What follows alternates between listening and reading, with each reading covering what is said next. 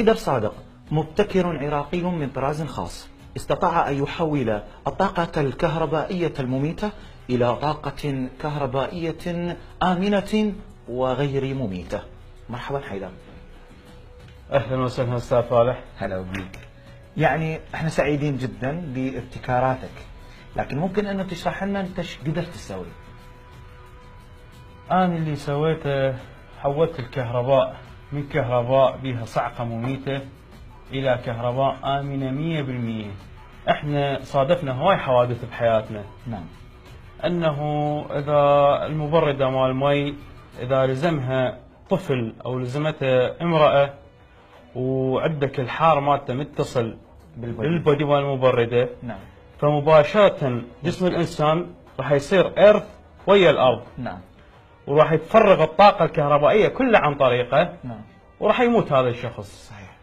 الحمد لله تخلصت من هاي الحالة، تخلصت من هاي المعضلة بهذا الجهاز اللي سويته. نعم. الجهاز عبارة عن تحويل الكهرباء من حار إلى حار بارد. أنت الحار من تلزمه راح يفرغ الشحنة بيك إذا كنت متصل بالأرض. إذا كنت متصل بالأرض. طيب. أنا سويت العملية عكسية. نعم. أنه أنت من راح تاخذ الحار مالتك بإيدك، راح ترجع الكهرباء مباشرة كأنما الحار نفسه هو الإيرث. يعني ما راح توصل للأرض بأي طريقة. زين، الكهرباء تبقى 220 وبنفس الجودة، ما تنقص فولت واحد، ما تنقص أمبير واحد. طيب إذا طورناه وخليناه على المحولة الرئيسية، ممكن إن المنطقة كلها تسجل. منطقة كاملة تصير سيفتي. تقدر تسوي لنا تجربة على هذا الأمر؟ طبعا. زميلي زيد تعال تقرب، شوف إنه هذا على الأرض. أوكي، هسه هاي على الأرض مباشرة، وهذا الحار بيدي. هاي الجهة مالته همينة.